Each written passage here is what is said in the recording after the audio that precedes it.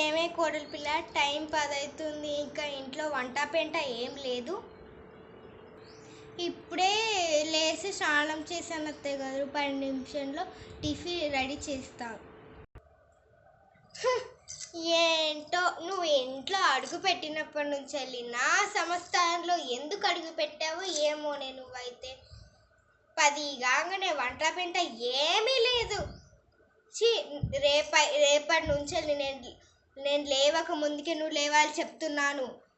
తొందరగా లేచి అత్తయ్యని లేపి అత్తయ్య కాఫీ ఇచ్చి ఇంట్లో పనులన్నీ చూసుకోవడం మీ అమ్మ బాబులు నేర్పలేదానే?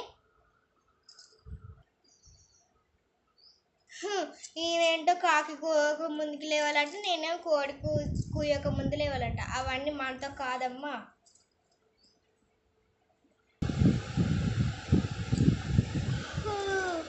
కోడలి పిల్ల కోడలి పిల్ల కోడలి పిల్ల, ఏంటి వీడికి అసలు ఏమైపోయింది?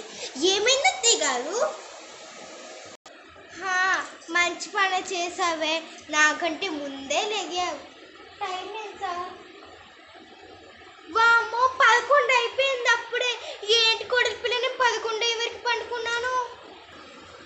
అంటే పొద్దున లేగడం నా వల్ల కాదు అత్తయ్య గారు. అందుకే మీరు పొద్దున లేవడం నాతో అస్సలు చేత కాదు అత్తయ్య గారు. అందుకే నేను నైట్ మీ భోజనంలో నిద్ర మాత్రమే కలిపా. ఇప్పుడు లేచారు. ఏంటి నిద్ర మాత్రం కలిపావా?